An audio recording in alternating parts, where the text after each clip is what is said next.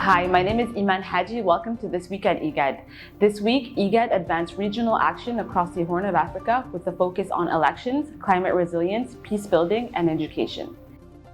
In Wajir, Kenya, the IGAD Centre for Pastoral Areas, Livestock Development and the Passage Project partnered with the National Drought Management Authority to pilot community-led drought risk narratives for the Somali Cluster, combining scientific forecasts with local knowledge to strengthen anticipatory action. Also in Kenya and Naivasha, the IGAD Centre for Pastoral Areas and Livestock Development convened a write-up to develop practical tools and guidelines for the Participatory Rangeland Management Manual, aimed at strengthening the capacity of extension workers and improving the uptake of resilience approaches across member states.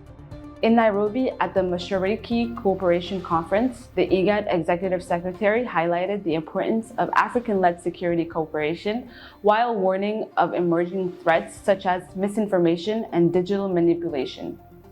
Still in Nairobi, the IGAD Climate Prediction and Application Center hosted a delegation from the Carlos Rue Institute of Technology to advance collaboration on artificial intelligence and climate science. The discussions focused on establishing a DAAD-funded Center of Excellence for Applied and Responsible AI in Africa. In Juba, South Sudan, IGAD reaffirmed its commitment to inclusive dialogue during a trilateral mechanism briefing led by AU High Representative His Excellency Jakaya Kikwete, reiterating its support for the C5+ framework and ongoing peace efforts. In Marato, Uganda, IGAD joined national partners to co-design a joint Karamoja program aimed at addressing insecurity, strengthening livelihoods, and promoting cross-border economic opportunities. In Djibouti, the IGAD Election Observation Mission deployed across polling stations to assess procedures, participation, and the overall conduct of the vote. The mission noted orderly processes and strong citizen engagement, reaffirming IGAD's commitment to credible and peaceful elections. IGAD congratulated President Ismail Omar Guelleh on his re-election following the April 10th presidential polls. Also, this week in Djibouti, IGAD hosted an African Development Bank appraisal mission to strengthen regional statistics with discussions focused on enhancing data systems capacity building and evidence-based policymaking. The following day, the AFDB delegation met with the Deputy Executive Secretary to advance cooperation on improving socioeconomic data for informed decision-making.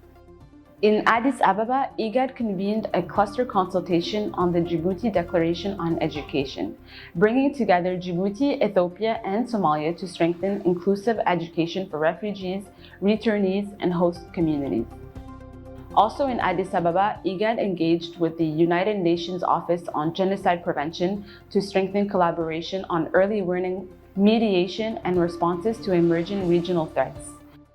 Back in Djibouti, IGAD launched the Blue Grant Scholarship under the Blue Economy Prosper Initiative, offering graduate study opportunities in Canada in Blue Economy and Ocean Governance.